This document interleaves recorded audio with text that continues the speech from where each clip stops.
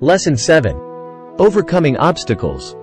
The primary difference between a rich person and a poor person is how they manage fear.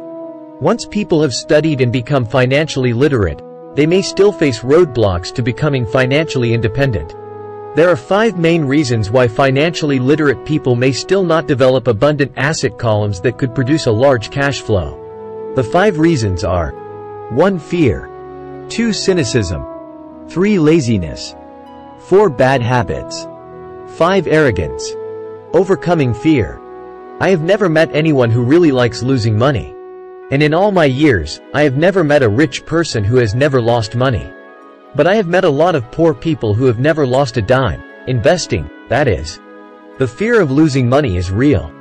Everyone has it. Even the rich. But it's not having fear that is the problem. It's how you handle fear. It's how you handle losing. It's how you handle failure that makes the difference in one's life. The primary difference between a rich person and a poor person is how they manage that fear. It's okay to be fearful. It's okay to be a coward when it comes to money. You can still be rich. We're all heroes at something, and cowards at something else. My friend's wife is an emergency room nurse. When she sees blood, she flies into action. When I mention investing, she runs away. When I see blood, I don't run. I pass out. My rich dad understood phobias about money. Some people are terrified of snakes. Some people are terrified about losing money. Both are phobias, he would say. So his solution to the phobia of losing money was this little rhyme. If you hate risk and worry, start early. If you start young, it's easier to be rich.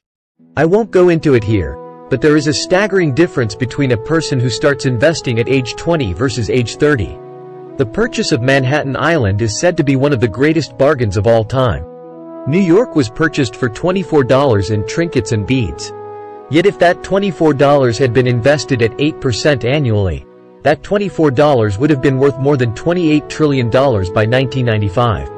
Manhattan could be repurchased with money left over to buy much of Los Angeles.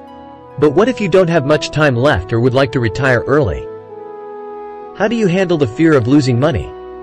My poor dad did nothing. He simply avoided the issue, refusing to discuss the subject. My rich dad, on the other hand, recommended that I think like a Texan. I like Texas and Texans, he used to say. In Texas, everything is bigger. When Texans win, they win big. And when they lose, it's spectacular. They like losing? I asked. That's not what I'm saying. Nobody likes losing. Show me a happy loser, and I'll show you a loser, said Rich Dad. It's a Texan's attitude toward risk, reward, and failure I'm talking about. It's how they handle life. They live it big.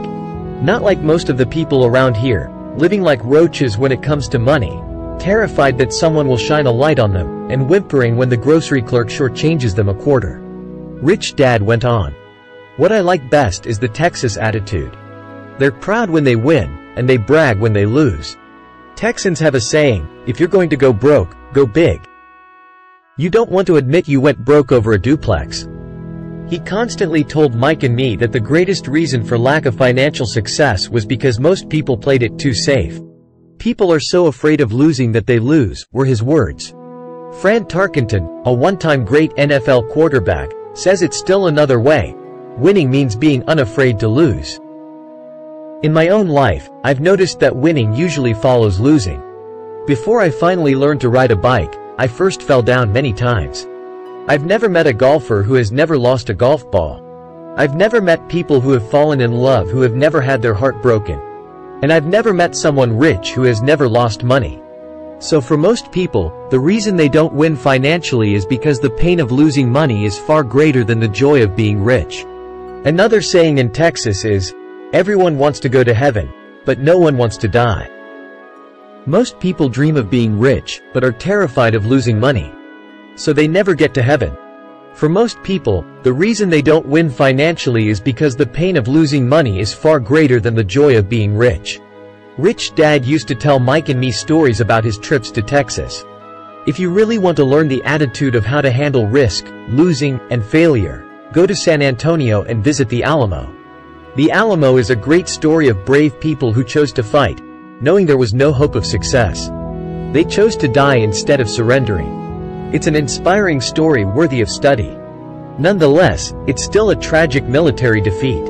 They got their butts kicked. So how do Texans handle failure? They still shout, "Remember the Alamo." Mike and I heard this story a lot. He always told us this story when he was about to go into a big deal, and he was nervous. After he had done all his due diligence and it was time to put up or shut up, he told us this story. Every time he was afraid of making a mistake or losing money, he told us this story. It gave him strength, for it reminded him that he could always turn a financial loss into a financial win. Rich Dad knew that failure would only make him stronger and smarter. It's not that he wanted to lose. He just knew who he was and how he would take a loss. He would take a loss and make it a win. That's what made him a winner and others losers. It gave him the courage to cross the line when others backed out. "That's why I like Texans so much," he would say.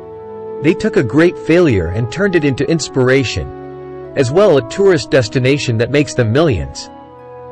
But probably his words that mean the most to me today are these: Texans don't bury their failures. They get inspired by them. They take their failures and turn them into rallying cries.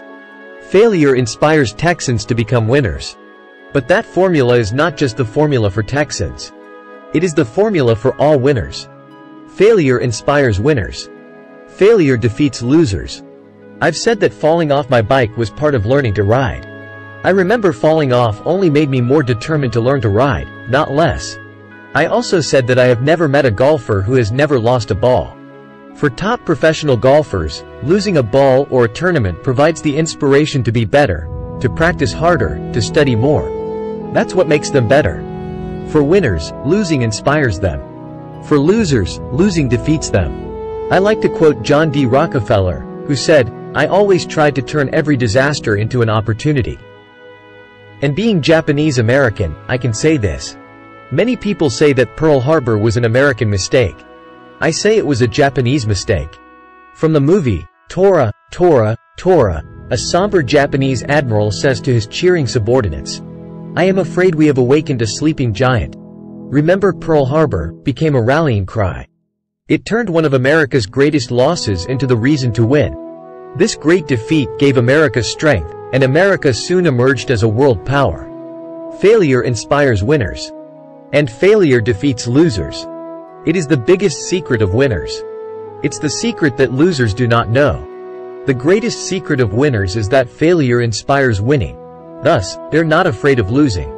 Repeating Fran Tarkenton's quote, "Winning means being unafraid to lose."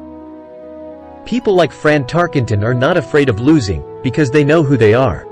They hate losing, so they know that losing will only inspire them to become better. There is a big difference between hating losing and being afraid to lose. Most people are so afraid of losing money that they lose. They go broke over a duplex. Financially, they play life too safe and too small. They buy big houses and big cars, but not big investments.